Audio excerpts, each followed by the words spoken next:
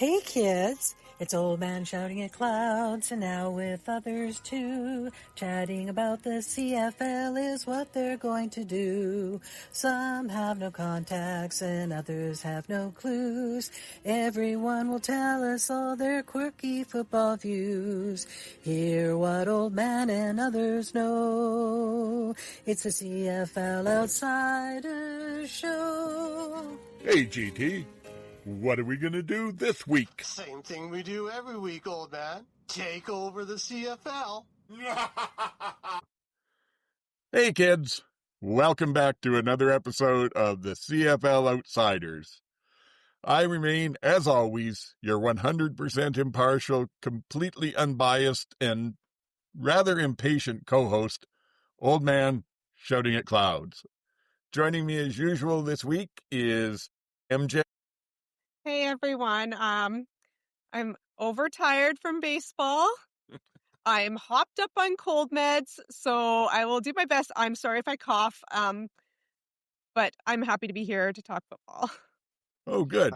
That combination ought to make for a good show. I might have as many hot takes as you guys tonight. I may have to show you the edited version for you to approve. Anyway, also here with us, as usual, is GT. Hey everyone, how you doing tonight? I'm also not hopped up on cold medicine, but I did have an experience watching the games on Friday night where I went, "Oh right, never mind. It's a long story."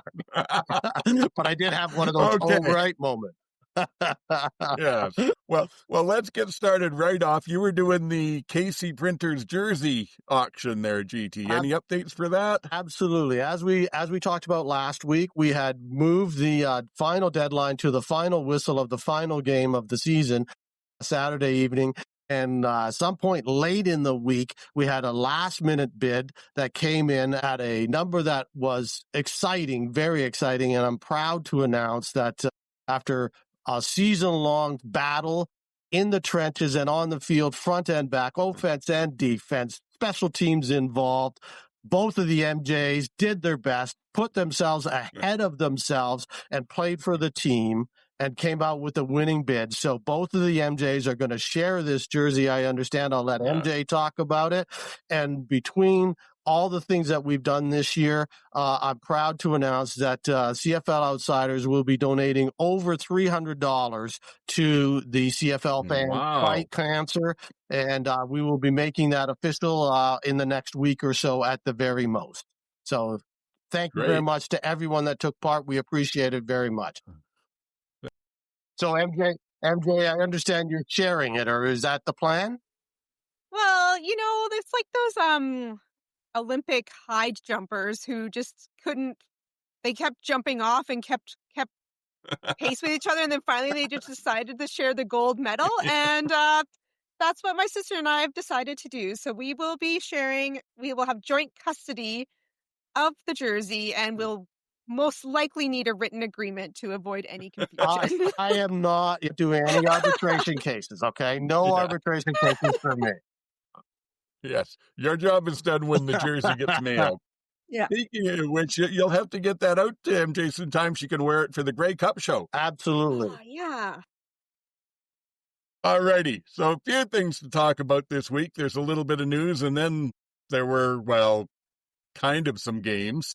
So first thing, the fantasy is all over. I mentioned last week, unfortunately, I came up one game short. I lost in the finals to Adam of the Canadian Football Countdown, but I played the last week just to play it out anyway. So I'll let you know I managed to get 102.9 points this week. Means I had 2,188 points even for the season. 104.2 points a game. I have found generally if you average about 100 points, you usually win more than you lose. So I'm happy with that. I'll have to do some more looking for ways to improve for next year and take it all the way. How about the two of you? Did you bother this last weekend? It's a tough weekend to do fantasy. Did you bother, MJ? Yes. Good.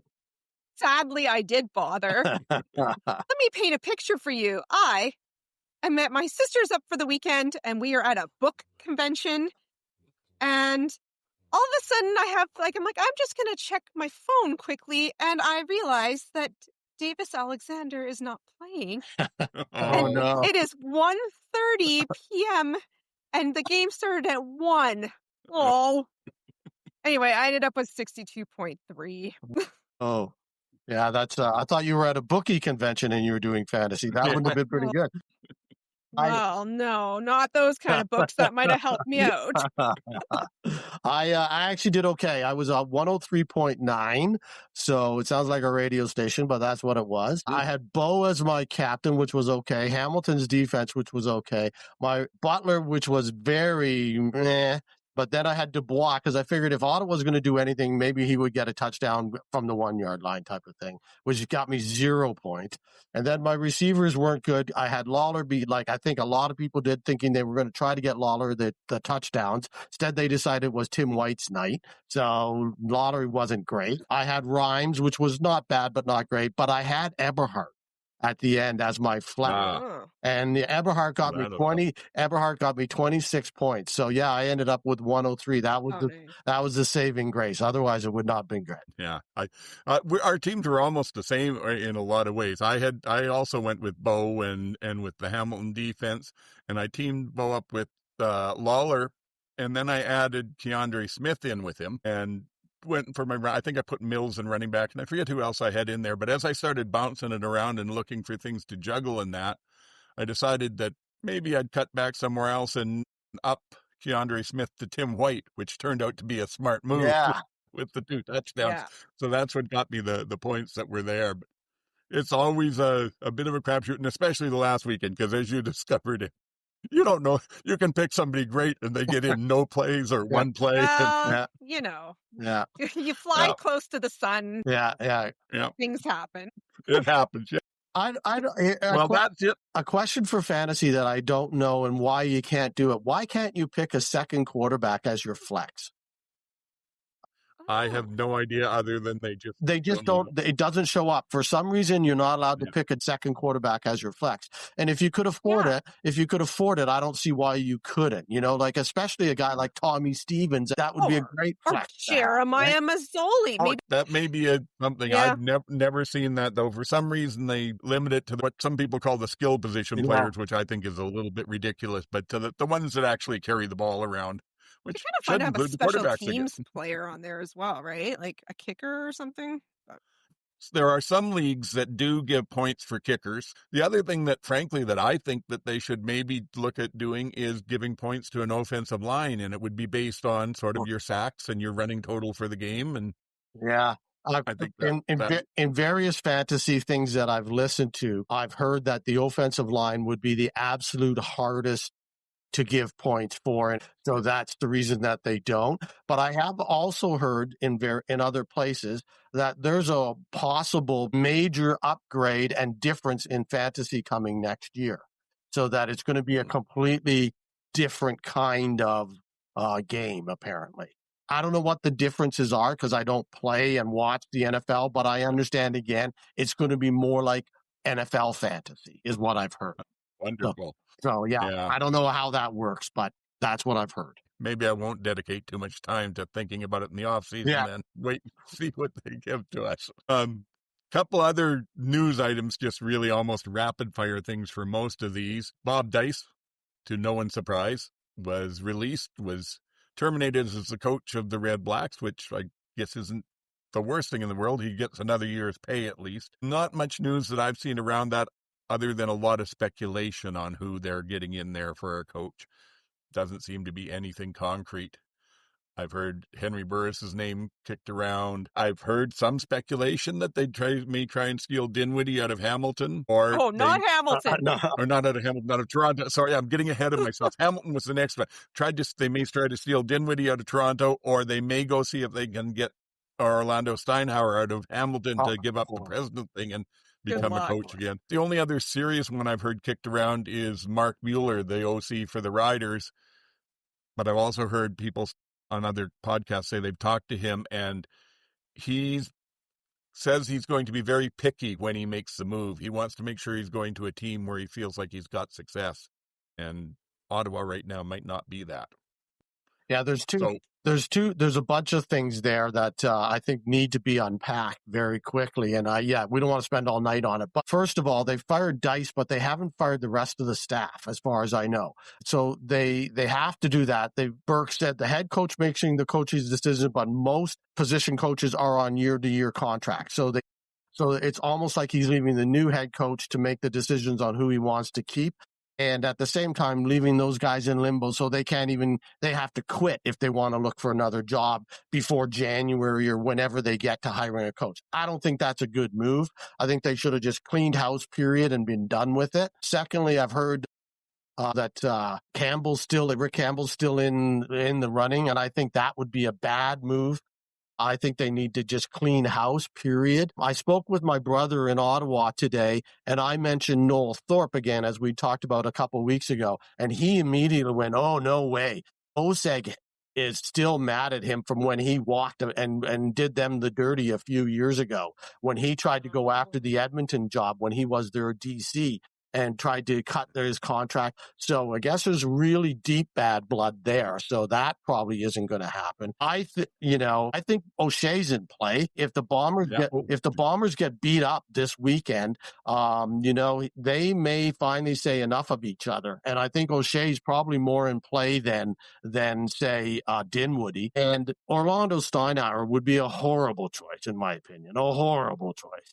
So I can't see them doing that, but stranger things have happened. That list that 3 Down put out had a couple names on it that I thought were too soon, and a few other guys that I thought were kind of interesting.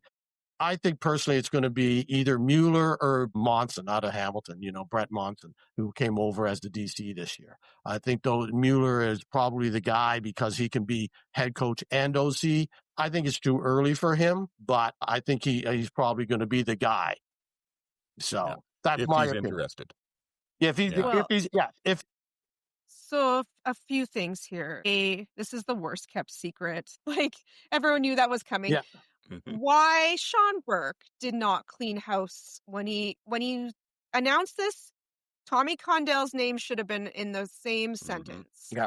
And honestly, so now you have to find a head coach that can deal, like, as for how Sean Burke's running things. So now you're going to have to find somebody who's willing to work with him and come in and clean a house for him. And I'm not sure who is interested in doing that. OC is not a terrible life, right? Yeah.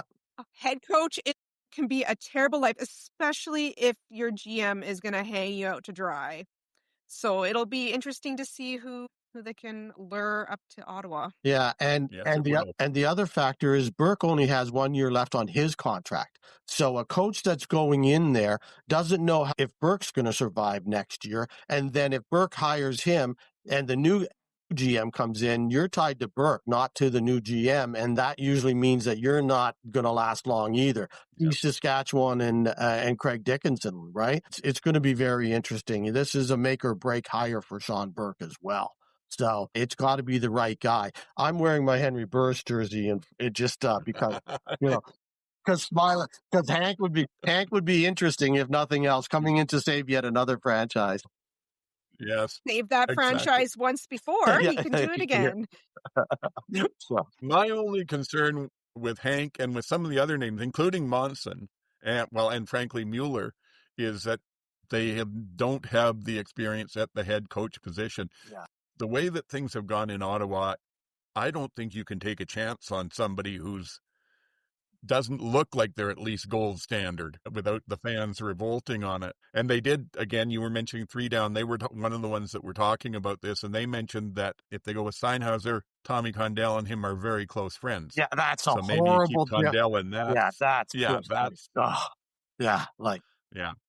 that's horrible. But look what happened in Saskatchewan when Jones up and left them in the middle of nowhere, and they just decided, well, we're going to, because of the cap, we're going to cheap out and just promote within and do that. If Ottawa does that, they're going to put the same thing as Saskatchewan, 2 or 3 years of disaster before you finally fix it. Yeah. What are the odds of Rick Campbell being head coach next year? Oh, I hope not. That would be the worst. No, but seriously, I think if Sean Burke has 1 year left on his contract, are they just going to suck it up for a year? Yeah, I don't. Yeah, again, I don't think the fans will like that very much either. Yeah. Yeah. I don't think they really care what their fans think right now, to be quite honest. Yeah, you might be right. That's the thing is, Yeah. they've got to prove that the fans are waiting to see that they care. Yeah. And I mean, they're already going into a period where they're going to have reduced ticket sales because of all the construction. So they need to keep at least what fans they can. And to me, Campbell would be doing exactly what I just said a moment ago, exactly the same thing that Saskatchewan did with Dickinson. Yeah. It's the easy move. Let's just do it. Yeah, I agree. I don't think I don't think it would be accepted well by the fan base, and I don't think it would be the right move either. I'm shocked they didn't just clean house and start over. Yeah. And the last thing is I hope Bobby Dice gets himself probably another special teams gig somewhere, because he was very good at special teams. He just doesn't seem to have the demeanor or can't seem to set a culture in the team. All right. Well, let's move on. You were mentioning that the timing on the games this weekend has changed, GT. Yeah, that's one of the things that definitely the league announced, and they announced it pretty quickly, actually, once it started.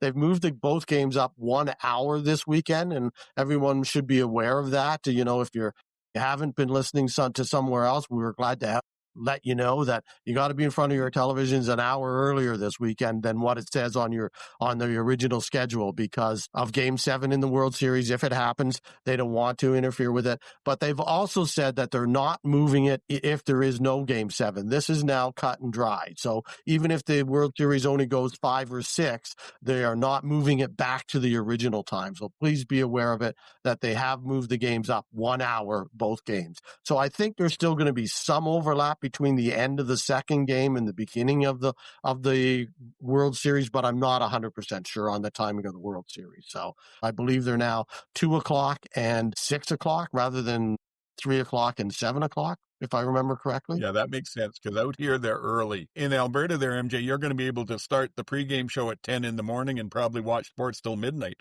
Yeah, pretty much. Because it's like we used to do that. We used to the Dodgers.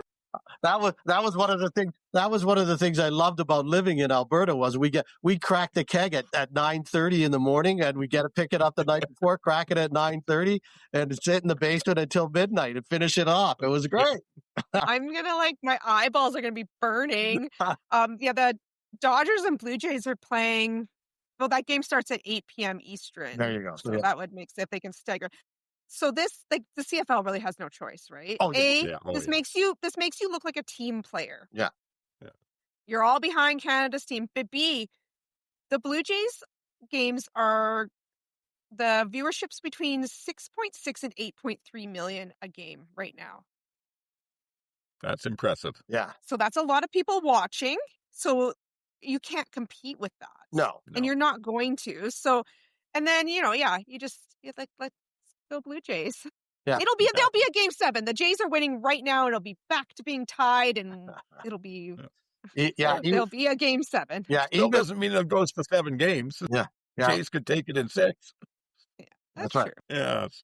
All righty. Anyway, so that's our public service announcement there. I'll also mention, and just in case, I'm assuming that there are probably a lot of people that skip these games on the weekend because they really were almost preseason football. But if you haven't heard yet, Winnipeg did lose a quarterback, not Zach, but they started Strevler, and I think on the first series, he went down on a non-contact injury, did a hard plant, and his knee buckled, and they ended up carrying him off, and nobody said officially, but it doesn't look good for him coming back in this season, and I've heard people speculating he just may not be coming back at all with the second rehab this soon after the first one.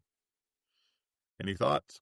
Yeah, it was sad to see because, I mean, it was a non-contact, and those things are, the worst kind, where you just basically planted and turned and that was it. And you knew right away as well, you just knew that was not good and it was not going to be, and that's going to be another long rehab. So if he comes back, it'll be late next year. And whether he wants to do it or whether he's going to be able to do it or whether anybody wants him back after that, all 3 questions need to be answered. Honestly, we could see that could be the worst kind of ending for a career. They showed him sobbing on the sideline in his partner's arms. And part of me was like, maybe we should show this because it's just like real life of people, and these are humans. But at the same time, I'm like, I don't know that we need to show this in the middle of a game. He's posted on his Instagram that he's like, I have no regrets. He never cheated. He's like saying a big deal about how he never cheated the process on rehab and he worked so hard. And that Instagram post has, I think, I'm just looking at it right now. There's like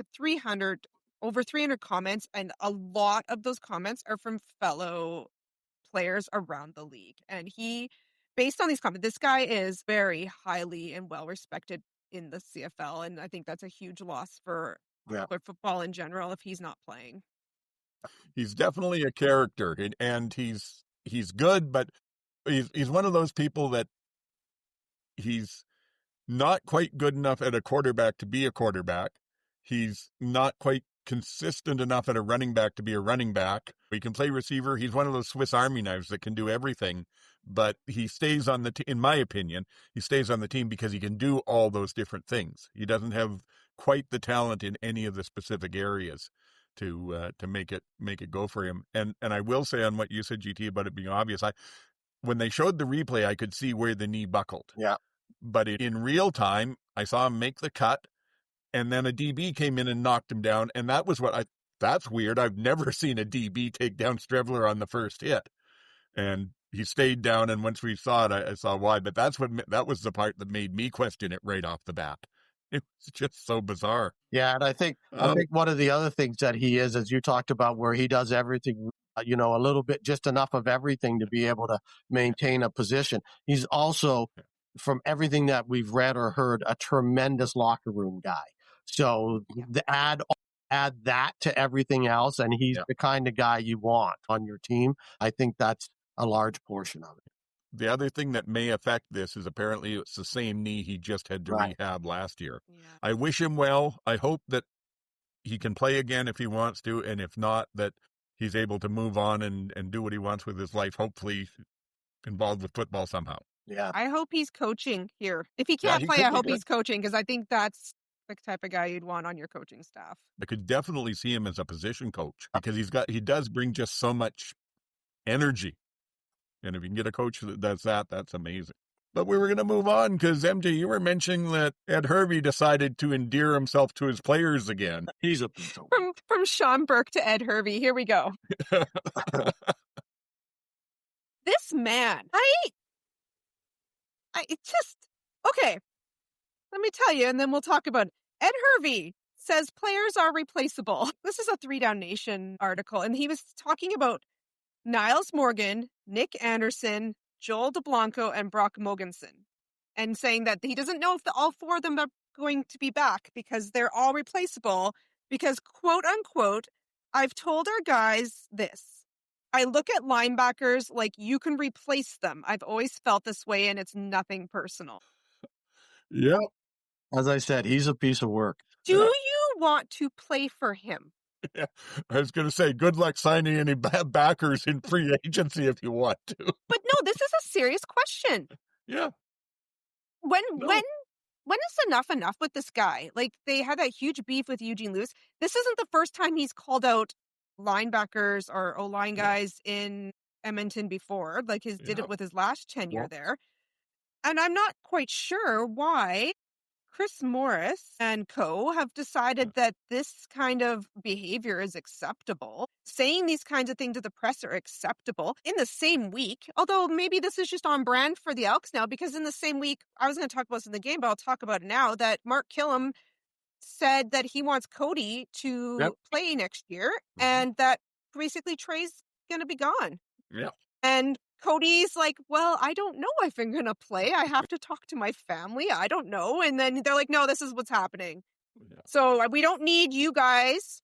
We don't need you, Morgan, Anderson, DeBlanco, and Mogensen. We need Fajardo. We don't need you, Ford. So shots are being fired out here on the prairies. Yes. Well, within a year now, he said it's not worth paying any money for receivers. and you can replace linebackers. So give him another year and we'll find out what position he actually thinks is Well, hard. we've all seen how he's not paid for receivers this year and how well that's worked out for that team. Yep. Well, Yeah, they well, we talked about just last week or the week before when we were talking about players, and we said that we didn't know how he was going to be managed to keep all of those linebackers. So Joke's on us. yeah, so he's not going to keep any of he's them. not going to keep any of them, or he doesn't care which ones he does keep. Yeah. So it doesn't matter, like it's like wild. It's just wild. But in some regards, he's right in that he doesn't need all four of those guys. He only needs to sign two of them, maybe three max, and one of them he's going to lose. He could be a lot more diplomatic about the way he says it. That's the trick. Yeah. But he is going to lose one of them. He could simply say, hey, we're going to lose one of them. We just don't know which one. It comes down to negotiations, et cetera, et cetera. Same thing he could have done with Eugene Lewis and just decided not to because he doesn't have a filter apparently and does not understand how to be in the least bit media friendly and media savvy in the way that he speaks about his players and his contract negotiations. It very much has a my way or the highway. He said it in his opening press conference and he still believes it, obviously. But he's not going to, what's he going to do on the defensive line? Because he's going to lose at least two of those guys. At least he's not going to pay all these guys next year. He's not going to be able to. So Edmonton's going to look very different again next year. Very different. Exactly. Again. Well, and frankly, on the D line, their best performers weren't the people that they brought in. Right. Exactly. The guys. So that's part of it. The guys they paid a lot of money for. So they're going to be, Yeah. Yep.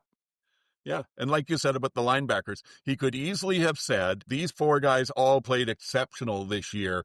They're due a payday. I doubt we'll be able to keep them all. Right. And that sounds like a good, respectful way to do it. It's saying the exact same thing, but it's not making your players, like I said at the article, what the? Yeah, and it's interesting. It's interesting because in general circles, the position that is the easiest to replace, because there's 1,000 of them every year coming out of the United States, is running back. And yet he just signed his running back for 3 years for huge dollars. So maybe he thinks running backs are irreplaceable. Yeah. I don't know. Yeah. Well, especially too, because the thing is Rankin is an extremely good back, but he is so dependent on getting a seam and going, and that's where it's his speed when he breaks into the open field that makes him as big and as dangerous a weapon as he is. But he goes through games with 20, 30 yards because he can't get through the line of scrimmage. Yeah, evidenced again this weekend. Yeah, exactly. So, oh well, we'll see how Ed does with the team this year. We've got a couple other bits of news for looking ahead to 27. First of all, you said the season dates are moving a little bit, GT. Yeah, I read an article or saw some notes come out that I don't think it's official yet on the CFL website, but there was a note in 3 Down that they in conversation they've learned that they're moving the schedule forward by yet another week. Now, this is something a lot of people have been wanting and talking about for a while, but apparently now in 2027, we're going to be playing in May. In the last week of May, we're going to be playing football again. So rather than waiting until June and, July like we used to. So that Canada Day opening game is now Victoria Day opening game almost. So it's all getting closer and closer to spring football. Yes, it is. I'm Well, fine with we will. Yes, I was going to mention something on that, and then I forgot. Oh, well. Rather sit outside in spring. Yes. Then sit outside. If this Elks game, Calgary game, was on like a Friday night in October at 7:30 in the dark, in the cold. No one wants to do that. Nobody. I have no problem. I'd rather sit outside. It's May. It's nice. It's finally like a hint of like joy in my life. Like, please let me sit outside and watch football. Yeah. That's true. I can't complain about football starting up again a little bit earlier. I know what I was going to say. So they'll do this. They'll move it ahead and the whole season ahead another week, and everybody will still be saying, but the season doesn't begin till Labor Day. Yeah. You know? I was like, I made a joke about that. I was like, does that saying still count? Yeah. Yeah. And while this is yet another blow, or possibly the final blow to our hopes and aspirations of having a football weekend with Vanier and Grey Cup on the same weekend. Yeah. The U Sports won't even be in the playoffs at that point in time, let alone at the championship. Well, they won't even be able to play on the same field because the goalposts will be in a different spot. Very true. Anyway, we're staying positive tonight. Be way too easy for me to slide into that. And speaking of positive news for the Rider fans, the other bit of 2027 news when we're playing under all these new rules and playing earlier in that is that they've awarded Regina the Grey Cup game for that year. So it'll be, I think, the second time in 5 years, because they had it in 21, didn't they? So maybe 6 years. Yeah. 21 or 22? 22, I think. Okay, yeah, so in 5 years. And I should have looked it up. I can't even, does anybody remember where it's being played next year? Calgary next year. Calgary. Oh, Calgary. Oh, right, it is, yeah. It's going to be in the West for like 4 or 5 years in a row. Yeah. Well, this was pretty surprising, I think, because when they first said they were taking bids for the 2027 Grey Cup, and that was only about, 6 or 8 weeks ago, they said they were opening the process. Saskatchewan was not even in the conversation, I don't think. It seemed to be all the conversations seemed to be about the East, between Ottawa, Toronto, and maybe Hamilton again. But basically Ottawa and Toronto seem to be the two primary choices, because it's been Winnipeg, Calgary, Saskatchewan, BC. So it's been in the West for so much. So I'm not sure what happened to the other two cities, or whether Saskatchewan just put in like the best bid or the only bid. I don't know. But it kind of surprised me that they announced Regina. They said one of their selling features that they won this bid for is because they're going to do all indoor events. Nothing will be outside. And that was a key feature in winning this bid. And that'll make sense. They can do that. I remember way back in 95, I think that was it, the first Grey Cup that they had there. Everything was all indoors, all the parties and everything like that. In the cold, you pretty much want it except that they closed down Scar Street, did they not? If I remember correctly, and I was drunk the entire weekend, mind you. But I remember just wandering around the street, and they had the whole thing shut down, and it was an outdoor mall. Oh, yeah, you're right. It was Party Central on the street, and from the parade for the entire weekend, it was closed down. And the parade was through there and in front of Hotel Regina and all that good stuff. That was still in my mind, of all the Grey Cups I've been to, that was my favorite Grey Cup. I stayed at a buddy's house. I told him the week before, I'm coming to your house, pick me up at the airport. He picked me up at the airport. I didn't see him till he dropped me off at the airport. We just went our separate ways. I did not see him for the entire weekend. He was out doing, and I was out drinking and carrying on, and it was so much fun. And it was, that was Saskatchewan's first, so they did it up right. Yeah. It was good. Yes. And I was still living in Regina at the time, so that was a great party to have. It was. I don't want to rain on Rider Parade because great, you have Grey Cup, but I don't understand when they're complaining about the East not having viable teams, and we were talking about how they can't have a 1 to 9 division because the East teams and blah blah. But then you haven't given an East team a Grey Cup in 5 years. Yes.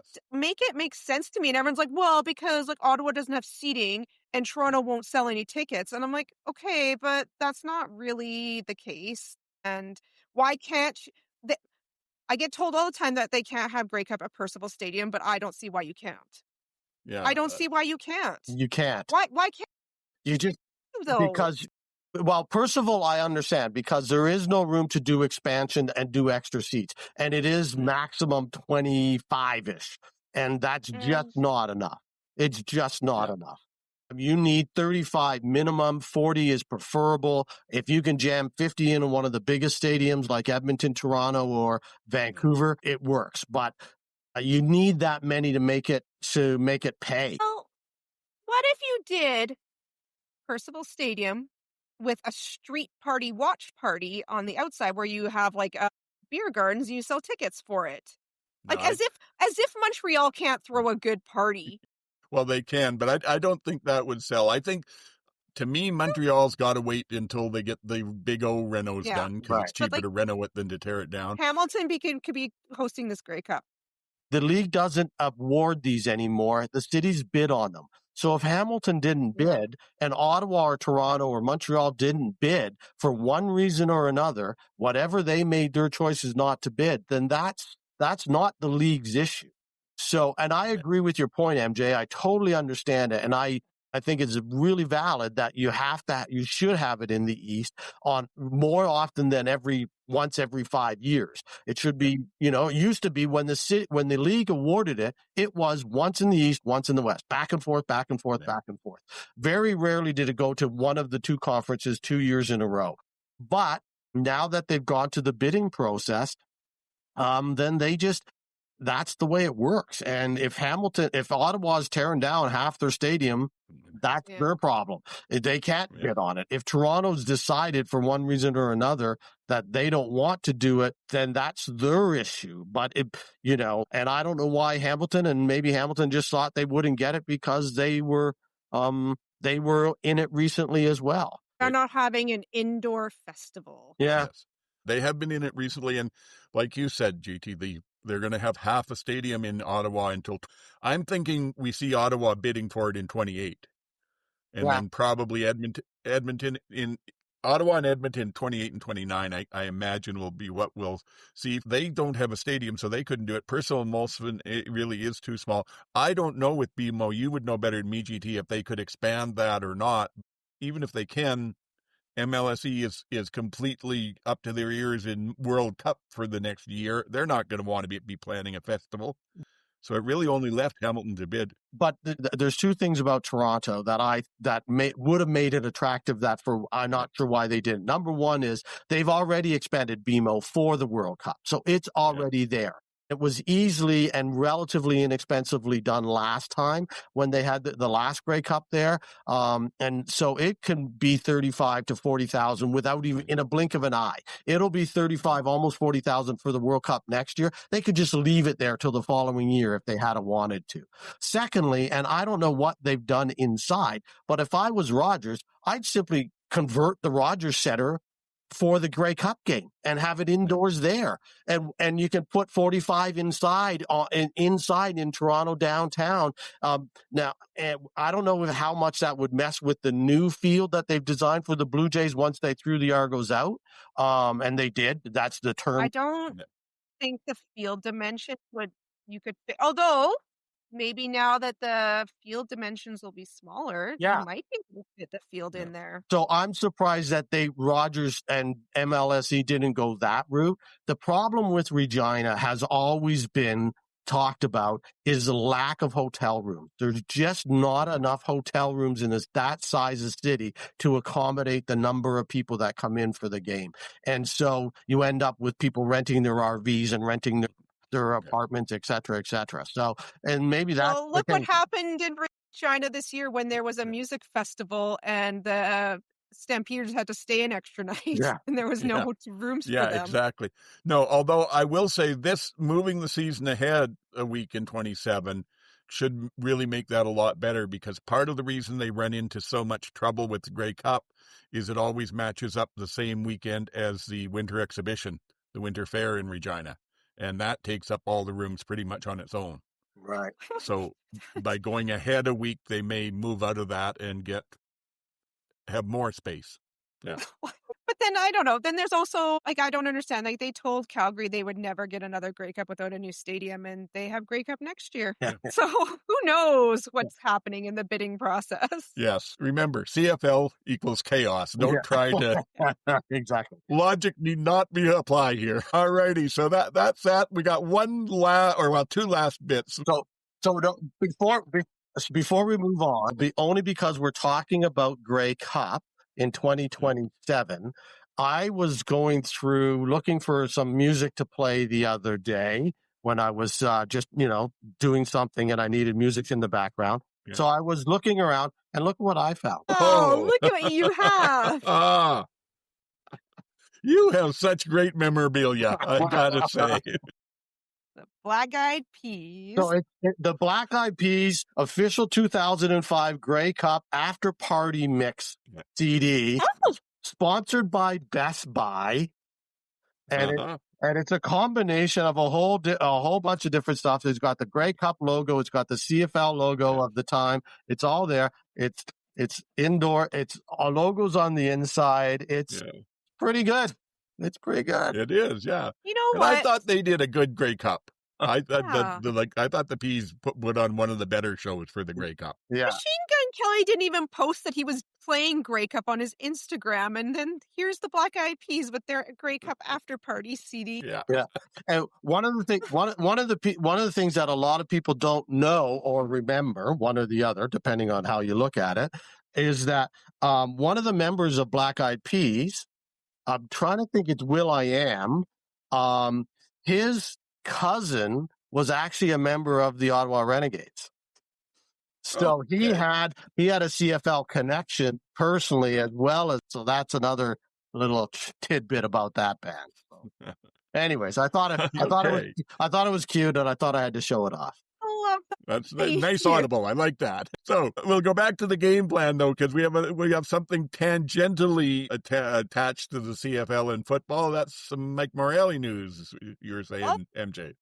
Yes, this is like my hot tea for the week, and we can speculate as we want. But Mike Morreale has announced last week that he is stepping down as the commissioner for the CEBL, which is the Canadian Elite Basketball League. He has been there for 8 years. He started that league. Mm-hmm. And they have 9 teams, and they are doing a pretty good business. And so, yeah, he's stepping down. And so I'm wondering if he's stepping back into a CFL role, maybe. Yeah. Might be nice. I wish. Yeah, well, I'd put his name forward back, if you remember back when we talked about possible commissioners, and I thought he would make a great commissioner. I'm not sure what else he would come into the league as. Maybe he'd come in as chief marketing officer or something would be terrific, because he's done a great job, as you said, MJ, of growing that CEBL very quickly and really attracting a young, enthusiastic audience. But I don't know what else he would come into, as assistant commissioner. I don't know, something else. Yeah. Commissioner with, his head on, I don't know. Sorry, well, that was kind of the. That's okay.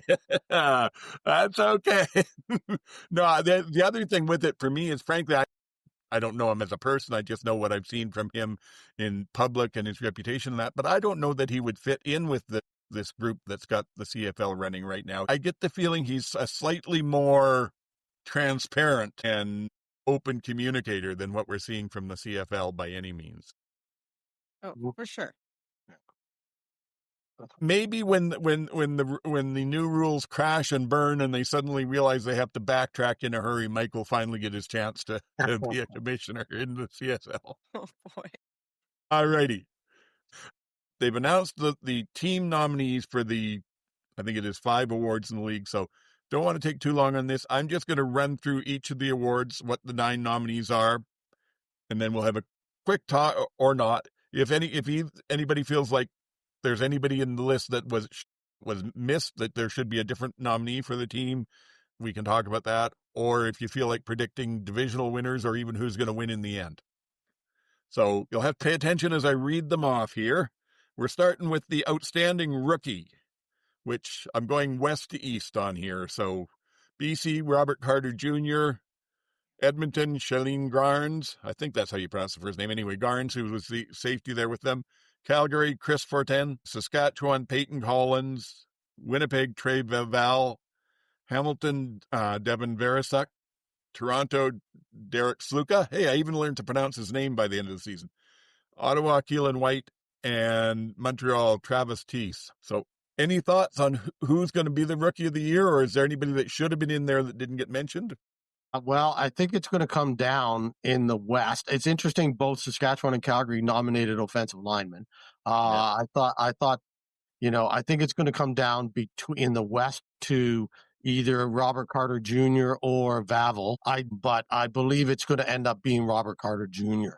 And then he'll be going up against, in my opinion, a Verisek in the East, because he's gotten all the love this year as the guy. So yeah, that's what it's going to be. And then it's going to be interesting to see which way the voters are swayed, because I think that's a tough choice. That's a tough choice. Those are my two choices as well. Yeah. Out of that. Yeah, list. I would agree with everything you say. Well, no, I wouldn't. I'd agree with most of what you say. I don't think it'll be Carter out of the West. I think it'll be Vavel, just because of the number of kick returns he's had. Yeah, I think Carter had that fantastic have a one-hand interception. Yes, he did. But did he get up on a guy like Carter did this week against Aju and just like sprung up and took that ball away? I mean, that come was on. impressive too, though. Yeah. And besides, he's going to win special teams player, so he won't win two. Yes. That's the difference. Well, maybe not, but I think the flash of the big returns will take it to him. But anyway, that's good. We got like we say, agreement is bad radio. So let's go to that special teams player. Lots of kickers, some returners, and one or two cover guys. So BC, we had Sean White, Javon Leake in Edmonton, Mark Vassett in Calgary, who I believe is a cover guy, isn't he? Yeah. No, he's the punter. Saskatchewan. No, he's the punter. He's the punter? Yeah. Okay, yeah. Okay. Yeah, I'm not. Well, okay. Anyway, Saskatchewan, Nick Weeb, who is a cover guy. Winnipeg was Trevavel again. Hamilton, Mark Legio. Toronto, Liram Haralahu. Ottawa was Khalil Pimpleton. And Montreal was Jose Maltos Diaz. So I think it's going to be Vavel versus Diaz, and Vavel wins. I'm going to say, so I think it'll be Vavel, but I think Bassett's just had an exceptional season. But I think it's going to be Vavel and Diaz, and I hope Diaz wins. He just he's broken their field goal record this year for the Alouettes. Yeah, and was marching his way towards the league record before he ran out of time. And he's got a flex. Yes, exactly. And it will make your son very happy when he wins. Yes. Okay, so let's talk about the linemen then. BC, Gerald Broxton. Edmonton, David Beard. Calgary, Zach Williams. Saskatchewan, Jamarcus Hardrick. Winnipeg, Stanley Bryant. Hamilton, Brandon Revenberg. Toronto, Peter Nicastro. Ottawa, Dino Boyd. And Montreal, Justin Lawrence. I think it's going to be Hartrick versus Ravenberg, and Hartrick will win just because he's a rider, number one. Number two, he's coming off an injury. Number three, he's never won it. He's always been overshadowed by Stanley Bryant. Number four, that's the way press goes. Yeah. I think he's the shoe-in of all the shoe-ins. I think it's going to be Hardrick and Revenberg, but I want Revenberg to win. Yes, yeah, I can see that, but I have to agree with GT. I think that one's an easy one, and yeah, it will be. We don't know how many years you have left. You've earned this cumulatively. Yeah. So then that takes us up to the last three of the good ones now, the most outstanding defensive player. BC is Matthew Betts. Edmonton is Cordell Jackson. Calgary is Clarence Hicks. Saskatchewan is Jameer Thurman. Winnipeg is Evan Holm. Hamilton is Julian Hauser. Toronto is Cameron Judge. Ottawa, Jovan Santos Knox. And Montreal, Isaac Adeyemi Berglund. Now, I will say here on the Calgary one, I know the three down guys were, I think it was them. I think all these podcasts rolled together, but they were very unimpressed that it went to Hicks rather than Hutchins. I was surprised. I wasn't unimpressed, but I was surprised that it wasn't Hutchins. That was the most surprising nomination of all the nominations. And as I went through them, that was like, really? Why? Well, that's kind of odd. I thought it was naturally going to be Hutchins. I still think Betts is going to win it, again, for the reasons I talked about Hardrick.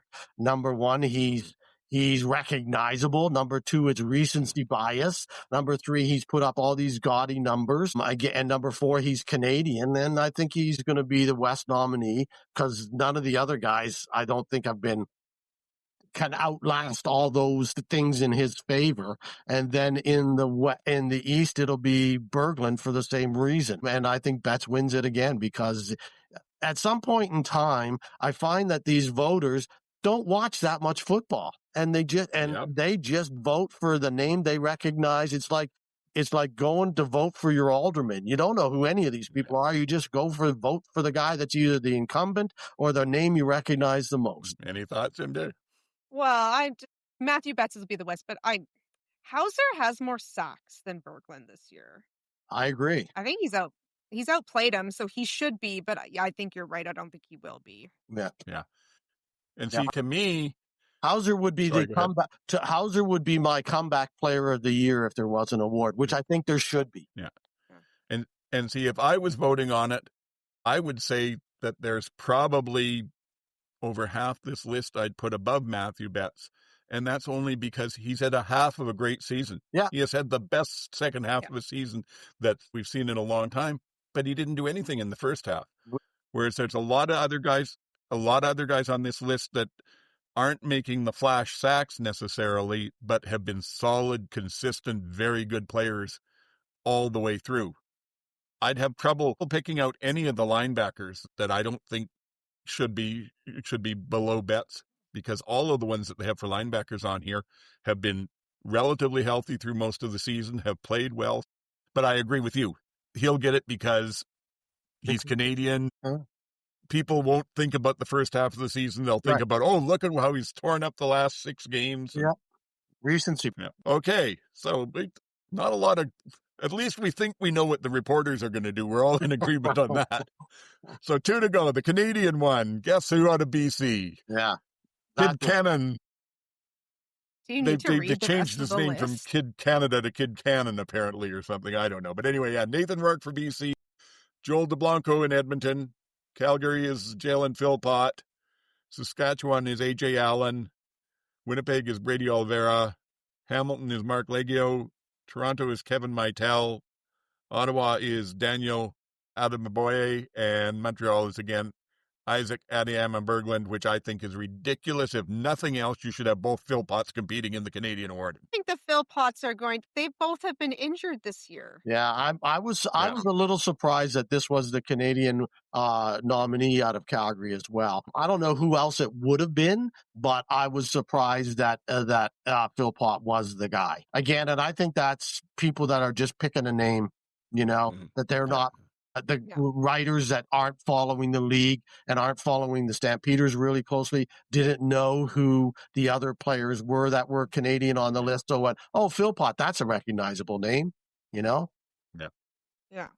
Like, Mark Leggio's had a great season, but, let's be honest, everyone's going to vote for Nathan Rourke. Oh, this is the biggest. We talked about shoe-ins. No, this is a slam dunk. This is Nathan's award. Oh, definitely. But my question is, no disrespect to kickers. Kickers face a lot of pressure, and if you can get really good at it, you're a big help to the team. But when you're going to a kicker on a most valuable Canadian or player award, I think you're scratching deep. And how do you pick Leggio on a team that's got Keandre Smith and Katsantonis on it? Yeah. Well, Katsantonis was injured. Yeah, but not for the whole season. So maybe they didn't. He was in and out. Maybe some teams are playing more by the rules than others. I don't know yet. Or Smith, he was over 1,000 yards this year. Personally, I think the finalists are going to be Adiyama Berglund out of Montreal and Nathan will walk away with it. Yep. I think that if it wasn't for the fact that Nathan was in there and Isaac's been getting so much of the pump up about the being the Canadian on the starter on the D-line, I really think that maybe this is a bit of a homer bias on my part, but I think the 2 finalists should be AJ Allen out of Saskatchewan and Kevin Meitel out of Toronto. I think they've both had absolutely fantastic seasons, but again, they're not necessarily the flashiest, so they don't get noticed quite as much. But I can tell you that part of my opinion is sort of swayed by the fact that who knows if it's just the humble brag or what, but I have been told that when Jameer Thurman was told he was the defensive nominee, he said, what about AJ? He should be it. So, and he plays right beside him. Anyway, last one, the big one, the George Reed Most Outstanding Player. And I think this one will probably be a slam dunk again, too, just because. But BC is Nathan Rourke. Edmonton's Justin Rankin. Calgary's Dedrick Mills. Saskatchewan's Trevor Harris. Winnipeg is Brady Oliveira. Hamilton's Bo Levi Mitchell. Toronto is Nick Arbuckle. Ottawa's Khalil Pimpleton, and Montreal is Davis Alexander. Yeah, it should be Bo versus It's gonna be Bo Bo versus Nate. Rourke. Yeah, and it's gonna and it's probably going to be Nathan again, I would assume. Yep. Shame on any of you who put up a person who was on a 6-game injured list. Yeah, That's ridiculous. Anyway, carrying on. Was there some of that? Well, Davis is on there. Oh, yeah, he is. Yeah, and he was out for. Nick's You're right. on there. Nick's gone. Yeah. Yeah. Anyway, I it's Bo suppose so. versus Nathan. Everyone else was just like fodder. Yeah. fodder. That could be. All right. So anyway, so that's it. And we'll maybe jump ahead so that we don't get too long here and just do some quick recaps on the games. The first one was Hamilton needed to win to get for their first place locked in on the last week of the season, and they did by 20 points. Hamilton 35, Ottawa 15. Gonna take this, MJ? Oh, yes. I did watch most of this game until Blue Jays started. Guys, I'm worried about the Ticats. This game wasn't even that close. It seems like this is a high score, but it really wasn't. Let's see what's going on. Leggio kicked 7 field goals. 7 field goals in this game. They couldn't even get near the red zone. I am worried. My TSN shady moment, because this is when I tried to rewatch, and TSN highlight was Tim White doing his 6-7 TD celebration, and that was it for the highlights for this game. And so I had to go to the CFL website to actually find highlights. Yeah. TSN, do better. Let's see. Stanbeck got a touchdown. I was sure that Condell forgot he played on the team, but no, he got a touchdown. That was exciting for the RedBlacks. I'll just say one more Ticat thing before I go and talk about the RedBlacks, because what this happened was ridiculous. Reggie got an interception, and he threw a really nice lateral to Castantonis. Yes. To keep it going. So that was really nice. I enjoyed that a lot. Tyree Adams was looking pretty good. He was looking pretty good. And then they came out, and it's like they were playing. Guys, Schultz isn't going to be on the team anymore. He got transferred to a different city, so he's always wanted to play goal. So we're just going to let him play goal for the rest of the game. What? Are you a serious professional team? Yeah. Or are you? Because you're not. I couldn't. Ridiculous. So Schultz went in there and threw 1,000 interceptions, and the Ticats still couldn't do anything with it and just kicked field goals. And how embarrassing for everyone who had to watch that last half of. Point is, Ticats won. They won the division, so they have the bye. And the RedBlacks look ridiculous, and good luck, Sean Burke. Yes. I had very little notes on this game, and basically it's a dang good thing there's going to be at least a partial regime change in Ottawa, because they need it. That were a bunch of players that had checked out of the season already. Players, coaches, everybody. Like you said, Schultz, why? Okay, so you're not going to be playing, you're retiring. This is still a professional football game, and you got to worry about next year, and you've got a quarterback who's looking, and like maybe he's got a chance to perform, but you don't want another half with him. And then the thing that told me that they were the most checked out was at the end of the first half. They ended up with the ball back in their end, a little bit of time left on the clock. They were obviously not going to score. They were trying to run the clock down as much as they could to pin Hamilton deep and not give up any more points. They get to third and whatever it is with the clock running, so they can drain the clock down. 42 seconds left on the clock. Mm-hmm. Clock's running, third down. You can drain it down to 22 seconds when you punt, and Hamilton gets the ball back with 15 seconds, no time to do anything. They punt it, and Hamilton's got the ball with 35 seconds left. They just don't even bother to drain the bloody thing at all. Hamilton marches into field goal range and more points. Yep. When it's that basic, that's a team that is not a team anymore. It's give us our paycheck and go home. Yeah, the highlight of the night was definitely the interview with Adams at halftime, when everybody was like, whoa, did he just say that Schultz is retiring? Because no one seemed to know that until he said that. And when he said, yeah, I'm not coming back in, Schultz is retiring, so they're giving him the second half. And it was hilarious, the look on everyone's faces, including mine in the basement. It was like, really? He just said that. So it was Good pretty for funny. him, because I'm sure he was furious. And so he's Yeah. like, you know what? Yep. Fine. Yep. Yeah, Like, here you exactly. go. Yeah. Yeah. Yeah, and he showed enough, I think, that he'll get a job somewhere next year. He's going to get a Yeah. chance to get a job somewhere next year between that game and a half, because I think he showed enough. He threw a couple of bad interceptions, but he also threw a couple of nice balls, and everybody knows that it was, that he can play again at least, right? So that I think there will be some team that gives him a shot next year somewhere. The other thing was, TSN shade on Dice when there was the interception, one of the interceptions by Schultz, and it was like Dice on the sidelines, and he just had that look about him like, yeah, that's over. Yeah. That's it. I'm done. To know that he knew that he was getting fired. Oh, yeah, right? 100%. And then he's like, just like, no F's, right? Yeah. Yeah, let Schultz play. Yeah. Yeah, let Tyree, take the Yeah. heat on this interview. Yeah, I don't care what we're doing. Like, just what a terrible, those fans, I am so sorry, RedBlack fans. You deserve so much better than how that game went. Yeah. Like, at least try. Come on, like, just go out, like, at least pretending to care. Like, that was just awful. And you know what? Hamilton fans had to sit and watch that too. Yeah.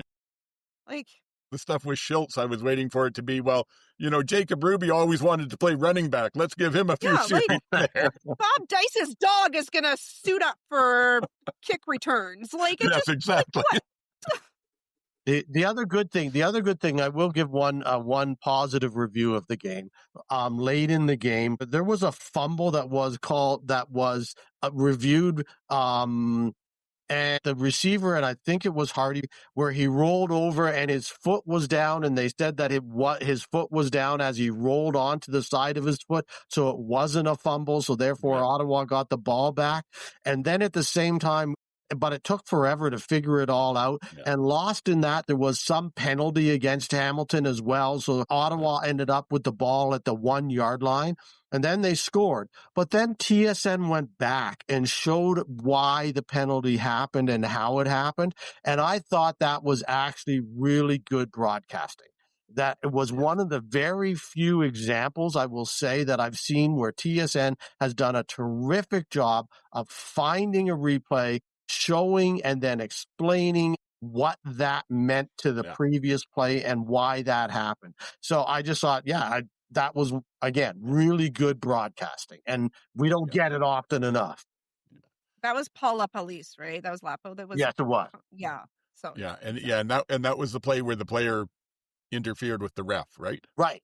On the sidelines. Yeah, that's what I was thinking. I think that was a good call from the command center on what they called the non-fumble. They certainly did not do quite as impressive through some of the rest of the weekend, but we'll get to that. And speaking of which, I'm going to move on to the game. One of the games that was at least somewhat entertaining and worth watching. There were two that I thought could hold my interest a bit, and this next one was one. Calgary needed this to keep themselves possibly out of fourth place in the crossover. They had a chance at the second place, depending on how the game the next day went, and they did what they needed. 20 for Calgary, 10 for Edmonton, but a little closer than the score sounds.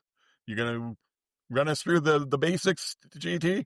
Yeah, basically, I don't agree. I don't necessarily agree with you that it was a little closer than the score sounds. I think it was wider open than the score sounds. I think the score flattered Edmonton, to be honest with you. But it just wasn't a very good game because Calgary did not look good, in my opinion. Like you were worried about Hamilton, MJ. I'm worried about Calgary. I didn't think their offense looked that good at all. They had plenty of opportunities within the red zone and didn't score. They came away. They made decisions where they didn't score. Like a third and 3 or something, and went for it, and then called a horrible play that looked horrible and didn't get and got a turnover. They settled for 2 field goals where they should have went for it on 3rd and 1s within the 10-yard line. They looked like they were not playing to lose, but not playing to win either. They weren't aggressive enough, and it was only because their defense again held Rankin to 36 yards or something like that beyond the one big one that he got. So it wasn't. He had 9 carries for 1 yard rushing and 46 yards receiving. Yeah. So it wasn't. Yeah, and there was one play where they just came in and Markel Lee just crunched them in 5 yards deep, and that was a turnover on downs for Calgary. So yeah, they held him in check, and again, it shows that if he's in check, Fajardo can't win that game by himself. He just can't. He doesn't have the receiver depth, and I don't think he has the arm to do it anymore. So there was all of that. I was surprised that both Fajardo and VA were played the entire game. But that says something about where the score is, I think. But I was surprised that they were both playing in the fourth quarter. I don't know why they were. Either one of them. Like, at least Calgary has something to play for. There is no reason for Cody to play this whole game. Aren't you looking at some other guy? Okay, you're not going to play Trey. It is very obvious you're not going to play Trey. But what's other guy doing? Yeah, no-name guy we don't even know about. Yeah, exactly. So, but like, why is he not getting at least some reps? Yeah. Like, Trey was listed as the official number 3 for that game. Yeah. So there's that. And the reason that I said that to me it was closer than what the score indicates is that there was the play that you haven't talked about yet with Rankin on the goal line, where an inch further along, and it would have been a 7 points more for what a Edmonton. showboater. No, well, I was going to talk about that play because it was like when it happened initially, I wrote down and I said, wow, what a great play by Rankin. He's done it again. I mean, that was tremendous. He got a 3-yard pass and took it 38 yards or something to the end zone. And as you said earlier, when he gets a bit of sliver of space, he can motor and he can juke too, because he had some moves in the middle of the field that was amazing. However, it was an equally amazing play by Divine Bailey-Scott. Like, to come back to, you talk about not giving up on plays earlier in the season, old man, when you've talked about that. That's the perfect example of not giving up twice by 2 different Calgary defenders. 1 for Divine Bailey-Scott to knock it away, and 2 for Robinson or whoever the defender was, or the DB, to come back and pick the ball up, to have the sense to know that Edmonton's over there doing their party dance, and in the meantime, that's a live ball. And I don't care what they say, that's a legitimate play. That was not a controversial play. Edmonton had that up. They had to do was touch that ball, and he should have known that got knocked out of his hands. Yeah. Rankin should, even if he didn't think it did, and it fumbled, he should have ran in there and touched it. Exactly. There's no reason. He was too busy showboating. That's right. 100%. So that's not, and some people say it has to be a clear and immediate pickup. Well, from how far away? The DB saw it and came. Now, if he was 25 or 35 yards away, it takes 4 or 5 seconds or more to get down there. So he did it. It's not like the play was whistled or anything. It was called. So it was a live ball. It was perfectly legit. There was no controversy in that in my mind at all. At all. See, the only thing I would say that is I have seen plays not called fumble recoveries when teams have jumped on them quicker than that. Yes, he was a long way away from it, but there was a 3 or 4 second gap between the fumble and anybody touching it. And that's, if you're not in position, it's not your fault, but that's not a immediate recovery to my mind. And like I said, I have seen them blow it dead saying, oh no, if you don't react and jump on it right away. But there's nobody there to react. There was that's the thing, is that it's clear and immediate, but from how far? Do you have to be within 5 yards to be immediate? Do you have to be inside the ball to be immediate? No, you just have to make it immediately recover it. You have to immediately make a play for the ball, which is what he did. The fact that he's further away to me is irrelevant. And basically, it's the exact opposite play that we'll discuss in the Saskatchewan game, where the whistle was blown inadvertently and shouldn't have been. In this one, the whistle wasn't blown and it shouldn't have been, because the ball had never been touched. To me, it was a legitimate call. I don't disagree that they should have let it go. But I just, like I said, based on the precedents I've seen in this league in the past on that rule over the last 3 or 4 years, I have seen players called that it wasn't an immediate recovery because they've had to run a distance to get to it.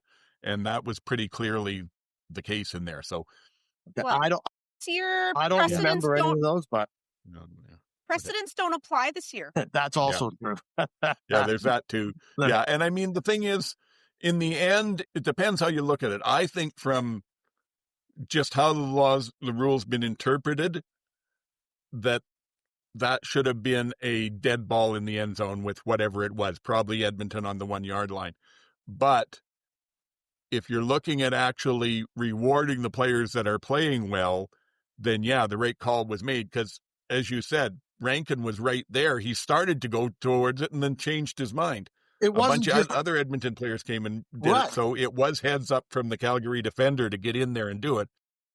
Yeah, it wasn't just Rankin standing there. There were 3 other guys came over and started to dance. Yeah. So, I mean, come on. Like, Yeah. none of them thought of it. They're all at fault. Yeah. Yes. So I agree that it's a good call based on the effort, but sometimes calls shouldn't be or aren't based on the effort, whether they should be or not. Anyway, good enough with that. Anything else to talk about with this one? Yes, I just want to say a couple things. One, neither team wanted to play. They were showing the Blue Jays game on the Jumbotron there at the game, and I'm pretty sure all the players were watching the Blue Jays game and not actually playing football. The Elks scored 1 field goal and 1 touchdown in the third quarter. They did not score in the first, second, or fourth. Calgary scored 1 touchdown in the first quarter, then 4 field goals, and the only scoring in the fourth was a rouge. Right, Who yeah, wants to sit and watch that? Yeah. That's terrible. That is terrible football. Yeah, so I'm glad they had the Blue Jays game up there for everyone to watch. Yeah. I wasn't saying it was a great game when I said it was one of the better 2 of the weekend. None of them were really great, but this was at least, like I said, I was spending some time going, gee, I wonder what's going to happen next. Rather than we're only in the third. Damn. Anyway, yeah, the only other note that I had on it was one for you, in case you didn't throw up your traditional TSN shade. How they had locked in on Rankin after that fumble. Well, yeah, that was pretty not awesome. To cry, frankly. It serves him right. You play like he should have jumped on that ball. There's no reason for that. That was I don't even want to call it a rookie mistake because he's not, and that was just a complete lapse of judgment, and that was just showboating over playing for your team, and that was selfish. But it's funny, I don't know, maybe it's just me, but it's funny how some things about team identities just remain over several coaches, several GMs. It seems like there's some kind of trend that happens, and sometimes it's good and sometimes it's bad. And with Edmonton, they seem to sometimes just around the kicking game like that lose track of what's going on. I'm reminded, I think it was 2 years ago when they were playing in Edmonton against Saskatchewan, a tied game with like 30 seconds left, and the kick returner lets the kickoff bounce into the end zone and takes a knee to give Saskatchewan a point. Yeah, I remember that. Again, just bonehead plays and that seems to be part of what they do. They have a special teams coordinator as their head coach. There's really no excuse anymore. Yeah, and he was nowhere near at that time, but all right. So then we'll talk about quickly here about Montreal 10, Winnipeg 19. Anybody want to talk about this? I've got a total of 3 notes. So, well, I got 3 notes. Yeah, I think so. Okay, well, you give your 3 and. Well, I have about 3 notes. Yeah, I have 3 notes, which we've already talked about Strevler, so that's note number 1. Note number 2 was, Strevler injured first drive, Wilson in, MBT terrible all game. That was a second note. Duguay and Ento, Dequoy and Ento both dropped sure interceptions in the first half, which would have given Montreal a wide open lead, which Winnipeg probably wouldn't have recovered from. And then they got I've got a note that Sioux got they got a TD, but it looked like it was stopped by Montreal, but then it was ruled a TB. Winnipeg recovers a Philpott fumble, takes the ball to the 20. They get a TD, but it looks like it was stopped by Montreal. Oh, that was the one where it was 3rd and 1 on the goal line, and they stood them up. That's what it was, and it looked like on TV. This was the first of the officiating, or the second, if you consider the Calgary one as well, the second one where you went, wow, that's weird officiating, where it looked like that was a touchdown, and Montreal thought they'd stop them. Beverett was sure that they'd stop them, but they ruled it a touchdown still. So that was the other one. Those were mine.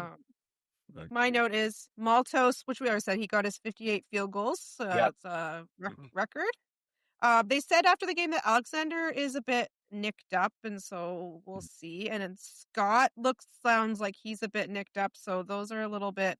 I'm sure they'll both play this weekend, but that's a little bit worrisome. Is this the game?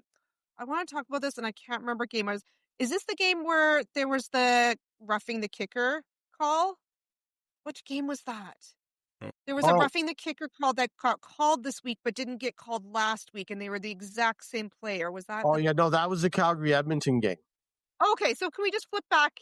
Yeah, and for a second, because neither times they were called, and both times I thought they should have been, because as we discussed last week, I thought anytime you touched the kicker, it was automatic, at least contacting, if not roughing. And on the block punt by Calgary, where Brady Breeze, great name, Brady Breeze got his second block in 2 games in a row, he definitely went into the kicker in Edmonton at the same time. And so I was surprised again that there was no call on that, just like last week there was no call on it. This is my public service announcement to the CFL. Dear CFL, please spend some money, just a bit of money, and at least the head officials need to not be working other jobs. Yeah. This is enough. This is enough. I am so, between this and the replay center with Al Bradbury in there and Fox whatever's guy and this nonsense, like these guys need to be, these people, like not even guys, these people need to be being paid, so they're not trying to like take their whistle out and then like grab a laptop and start working at their other job, because like it's not working. It's not working. And again, if the league's not willing to spend the money, there's a reason why you don't necessarily grow the game. Did you have anything else? I said this was embarrassing. Yeah. This was really bad. And McLeod Bethel looks awful. And if anything happens to Alexander this weekend, they are done. They're done. Because the Bombers did this with Wilson. Yeah. They beat them with Wilson versus McLeod Bethel Thompson. And so I think if there's any issues with Alexander, the Alouettes are toast. Oh, definitely. I think MBT's time in the league is probably done. Oh, apparently he was throwing his helmet in the locker room after the game. Yeah, I heard that too, yes. Well, I only had, like I said, 3 points myself. I said that Wilson looked good coming in off the bench, and I was wondering why have they been playing Strevler all along? Yeah. And then as the game went on a bit more, I realized, because he started out well, but he also made some very questionable plays. So he reverted to the norm or to the mean as the game went on. I was really pleased to see at the start of the season that Josh Archibald out of BC signed with Montreal. I'd hoped to see a lot more of him, because I think he's good. And he hasn't been in the rotation that much. He was this game and got himself a nice sack in the third.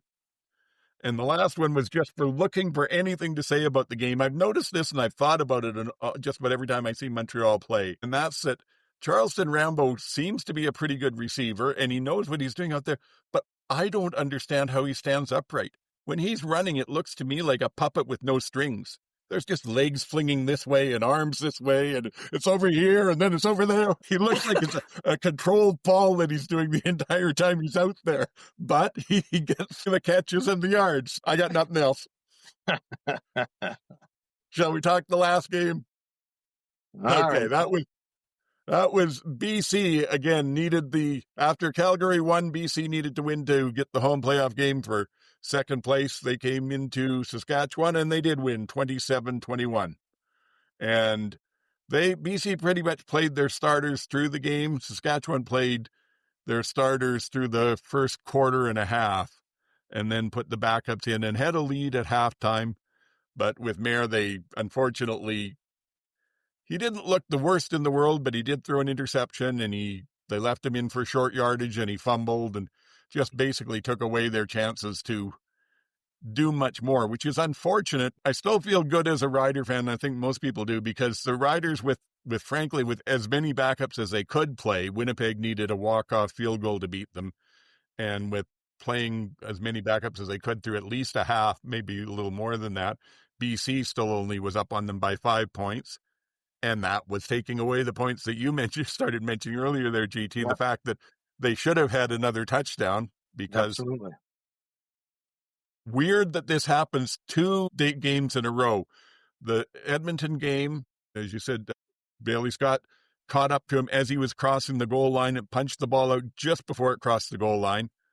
This game, BC makes a pass to Keon Hatcher that's kind of high, and he goes up and gets it on the goal line, and then as he's pulling it down, basically traps it on his helmet and tries to stumble back into the goal line.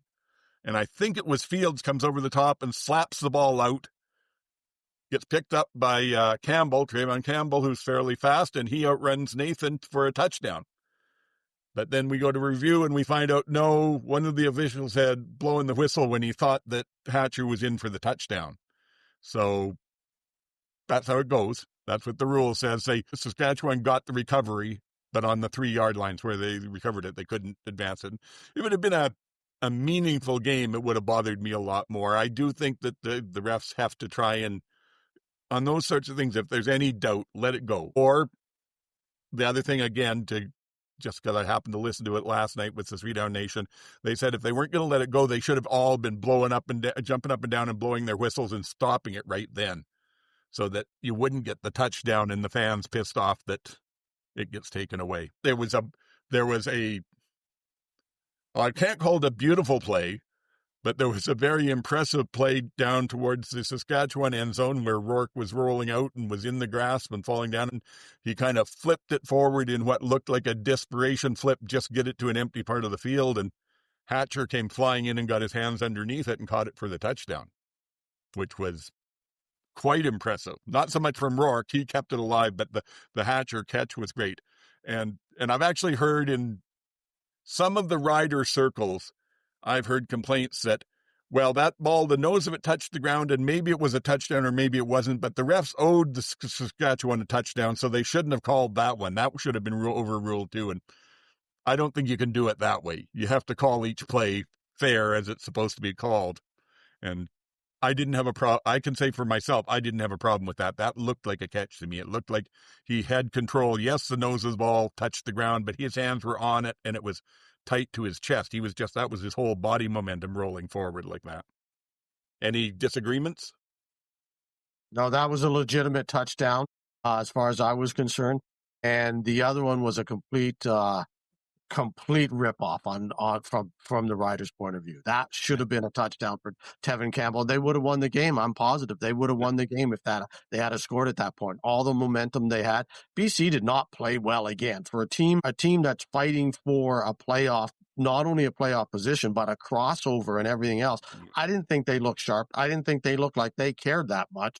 And Saskatchewan looked terrific. I think Saskatchewan looked terrific last week, and they look better this week. So the comment that Harris made a couple of weeks ago that, with the locker room is proven and ready to win, they don't worry about the buys. Well, he might be right. They're looking like they're prepped and ready to roll. So it's going to be tough to beat those guys. It's going to be real tough to beat the Green. I was impressed by the defensive line. They were rushing 4 or sometimes 5, but their lane integrity was fantastic. They were creating a pocket around Rourke and closing it in. It was very rare that he managed to get out of the pocket, which he's so good at. They look impressive. And Harris, for a week off completely, did not look rusty. And he was out there without his 3 top receivers. I mean, that's the other thing to think about with that. They didn't have Myers, Johnson, or Emlis in there. And yet they were still, this is where the depth comes up. They were still playing 5 receivers that had played a lot this year. 6 of them, I guess, because were putting a Joe in. So, yeah, I think, personally, as a Rider fan, I feel about as good as you can going into the playoffs at this point. Yep. Who knows what'll happen? One game at a time, but it feels good. Anyway, that was sort of my take on it. Did I cover everything? One, Hughes, he went 2 for 2 on field goals, so that was a good debut for him. Mm-hmm. And my note just says I didn't expect Saskatchewan to push this hard against BC in this game. I honestly didn't expect them to play as many. Yeah. So anyway, good for them, because I was watching that game and I was actually quite surprised that they were pushing that hard. And I thought they were just going to kind of let BC do whatever, because who cares? But they came out to play. Every team I've ever heard of, coaches and players say 1 week at a time. It's one game at a time where we want to go 1-0 this week. And every game matters and every game you're going to win. But I haven't seen too often teams in that sort of situation where they're basically getting ready for a first place game that actually lives up to that. And that's what impressed me again in both of their last two games. The talent level came down some without some of the starters in there, but the effort level did not at all. Alrighty. Oh, and I will say this too, about that whistle. I'm certainly not the first person to say this. This is not my original thought. But it's interesting when you think about the fact that what you said, GT, could have been an entirely different outcome of that game. That whistle could have been what moved BC from playing in Montreal to playing a home game. Absolutely. So, and Calgary getting a home game and everything else. That was a huge whistle. And it was a bad whistle because if you remember 2 years ago, there was all that kerfuffle about whistles coming early. And then they made a statement that they were going to then not blow the whistle and let plays run its course and make sure that because there was a couple of plays that were called dead at too early. And so they came out mid-season and said they changed it and referees were not going to do that. And then it just happened. And it was, I don't blame the ref, but the fact is that play wasn't dead yet. And so there shouldn't have been a whistle at all. And and it did change me in my mind that game in that Saskatchewan would have won that game. I'm pretty sure of it. You never know, but there was a very good chance. And I'm with you. The refs are human. There's none of us that gets through a day without making a mistake. Yep. It's just whoever, and I'm kind of glad that they haven't said who the ref was that blew the whistle. Whoever blew it just happened to pick a real bad time to make one of his mistakes for that day. So, what are you going to do? You do the best you can. And I'm sure he probably is still feeling pretty crappy about that because I know they've got a lot of integrity and care about what they do. But anyway, so that's the season over and done. Wow. Doesn't it seem like just, to me, it feels like maybe 3 or 4 weeks ago that I was reaching out saying, I need some help on this podcast. And you guys contacted me and it's just blowing by. It has gone really quickly. I do feel like it's gone even faster than most seasons. And I'm not sure if the podcast has helped that, but it certainly seems like this one's gone by really fast. Yes, indeed. So now we have to pick some playoff games. But before we do, I have been terrible but keeping up on this all season. But this weekend I did go through and did our whole pick'em records for the thing. Oh, actually, let me open something up here because I should tell you, first of all, I should go here and say what the podcast did, what our record was. So log into this, pick'em standings. That's where we go. So here we go. Boom. Leaderboard. Pick'em results and leaderboard will be displayed here once there are results to show. Oh, so they've already taken it off for this year. Really? Yeah, it's a blank screen. Love it. Oh, they're out of it in a hurry. So I don't know how we did as a team. I could probably go back and figure it out, but it's not right there. But as far as our individual little competition between the three of us here goes. Oh, dear. Yeah. Wow. In third place in the CFL Outsiders internal competition was me. I was 45 and 36, so 55.5%, barely over 50%. Not a good year for me in Pick'em. Second place was MJ, 53 and 28, 65.4 points. Yes. And that, of course, means GT was in first. Now, remember, MJ was 53 and 28. GT was 54 and 27. So 66.7%. Actually, 66.6 repeating, exactly a third. Oh. So there was a game between the two of you. One slightly different pick. I blame Grizz. Yeah, although I think he won the week for you. Serves me right for having a life outside of podcasting. And we did pretty good. Yes, you two did. Yeah, you were both up about we were 2/3. All over 500. We were all over 500. Well, yeah, you guys were well over 500. I think I hurt myself a little bit towards the end just saying I really don't care because I'm doing so bad. So the stuff about trying to to help Calgary win by picking against them and stuff. But it's still, I would have, if I'd played these last 2 weeks straight, I might have had 2 more wins. So I was nowhere near. I was 10 games below you guys. We're gonna come. Well, it was a bit of a wacky season, Yeah. to be fair. Yes, indeed. So let's see now how we do in the playoffs. All right. A whole new competition here. So starting out, I tried to find the injury reports and I couldn't see them. The last ones are for week 21, so I don't know if they don't release them in the playoffs or what. They're up, but most of them are like load management. I know Dembski's out. Yeah, because I went in where I normally see it on CFL and it stopped at week 21. So anyway, regardless, we'll see what's there. We have heard that Davis may or may not have been nicked up. That may have just been an excuse to not play him. I have heard what you just mentioned, MJ, that Dembski is not practicing yet. So whether he'll be in or not, I don't know. Because some people's things say ankle, but then I'm like, I know you've said this before, and then they play. So he's gonna play. Yeah, you're gonna play. It's playoffs. You're playing, right? Yeah. Like I would expect that he'll, if it's at all, and like if he can put weight on it at all, he will probably not practice at all this week, and then they'll shoot him up real good, and he won't feel anything below his hip on that leg, and they'll get through it. Oh dear. Yeah. But why do I need reconstructive surgery when I'm older? What a mystery. Yeah. Hey, football is not an old person sport. You shouldn't play it if you're old or you plan to get old. But that's our first game. So what are our predictions for Winnipeg at Montreal? All right. I pulled my tarot cards. Do you want to hear? Sure. Good. Tarot helps. So Bombers got 8 of Wands, which is progress, movement, and rapid action. Basically, steady pace is now full-on sprint and fueled by passion. That sounds The universe good. is working in your favor. So they're kind of ramping up. Whirlwind's a possibility. Alouettes have 6 of Swords, which is transition and letting go.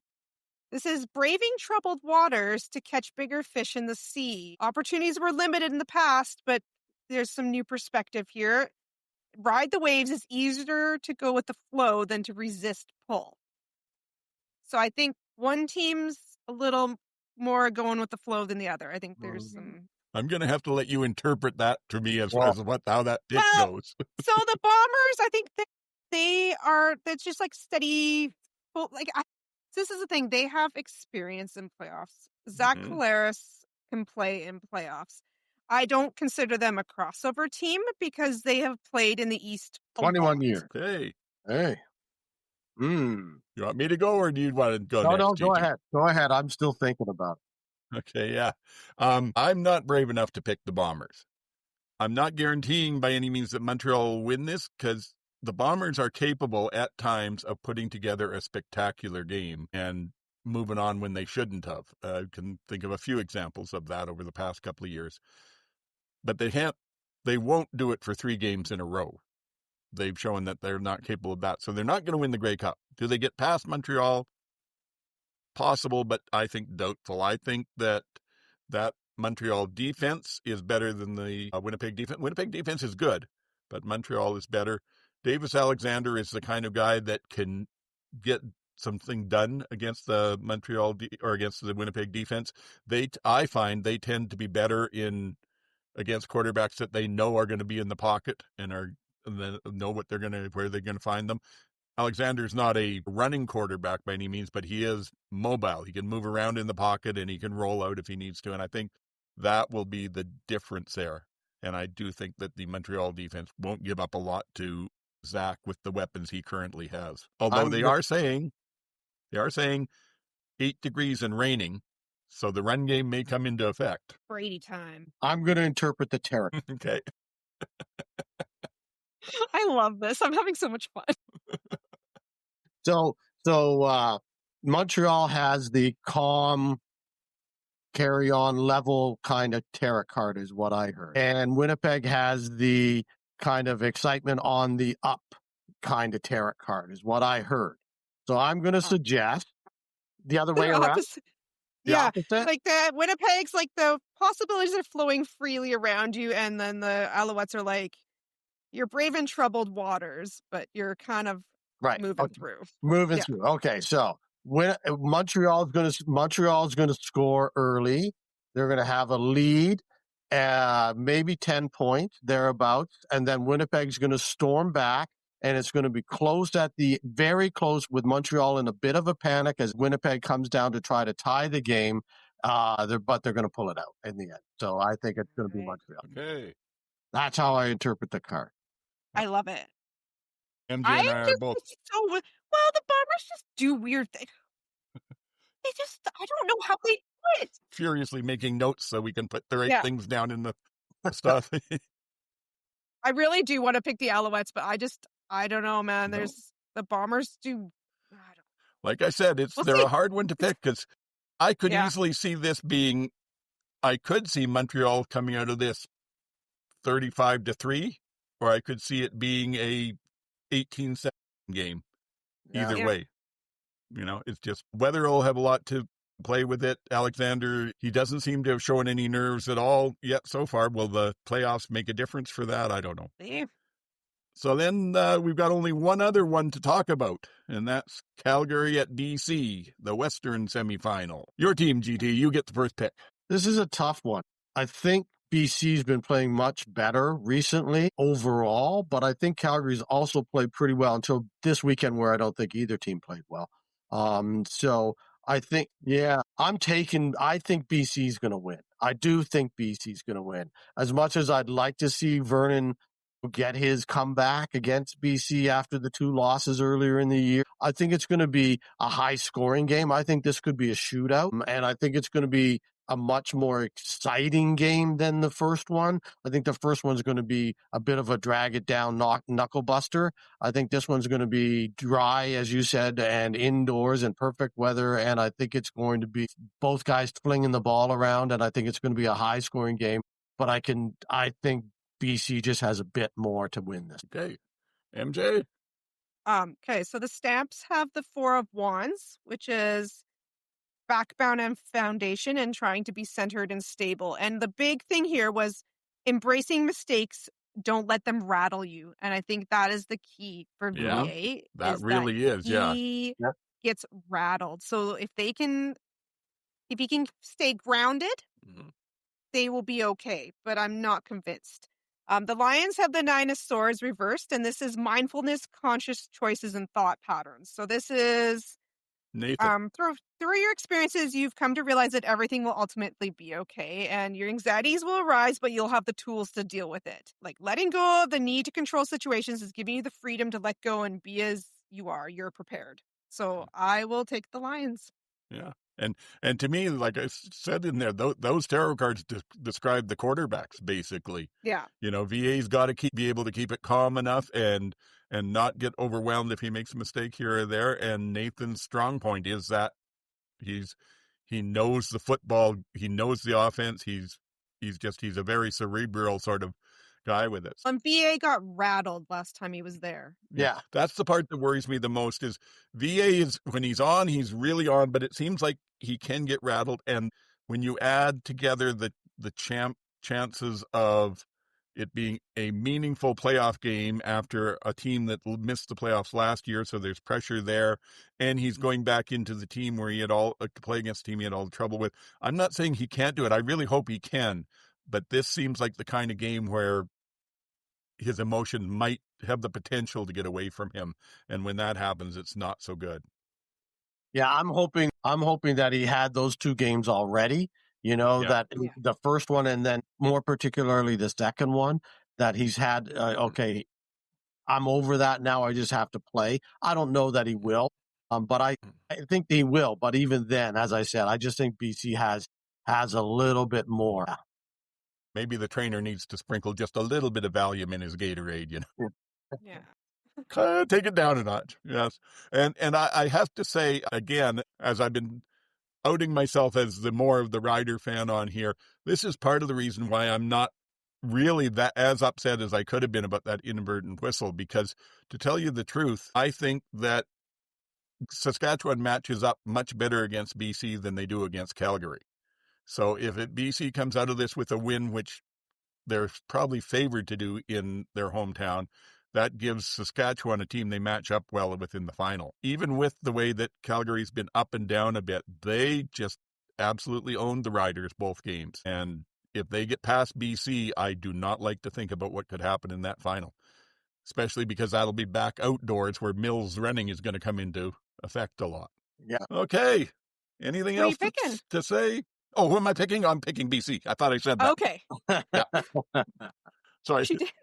Okay. I said it inside. No, I do. Yeah, I think that even if VA has a great game, that probably the best outcome for Calgary is what you said, GT, a real high shootout, but maybe not quite enough to get it done. Mind you, you never know. They have played good enough at times to be able to beat any team in the league. So Absolutely. Maybe VA will bring his belt buckle. Yeah. Yes. Yeah. Okay. That gets us through it. And we were 2 hours even on a short show, but that'll be edited out of my blathering around that doesn't mean anything. So, sign off, I guess. Final thoughts and social medias. Where do people find you? As always, at GT Barnum on bluesky.social.net, whatever it's called, and you can find me there occasionally. You can find me on Blue Sky at Sports and Plants, and I hope you'll follow along with me for 10 hours of sports on Saturday. Yes. And for I'll myself, be there. I said right off the bat that I'm slightly impatient this week, and that's because after having to watch the football we did last weekend, I can't wait for a couple of good playoff games. And I don't think there'll be blowouts here. I think that these may not come down to the last 3 minutes. They might, but I'm pretty sure they'll be decided in the last half of the fourth quarter, if nothing else. So I guess that's about it. Please, I guess I should say I'm available on Blue Sky, Oldman-SAC. The show itself is on X and Twitter at the CFL Outsiders. And other than that, please consider subscribing. Do your good deed and help us out. Our subscriber numbers have doubled this year, so I'm happy with that, and we're hoping to get a few more in. If you can, leave us a comment. A like is real easy. Hit the little button there with it. Anything to help get more people interested in the show. We've got 3 more weeks to get people built up and revved up to come, so they just can't wait to see us come back next year. Yeah, sure. Anyway, that's about it for now. Until next week, for MJ and GT, this is Old Man saying, get the hell off my lawn.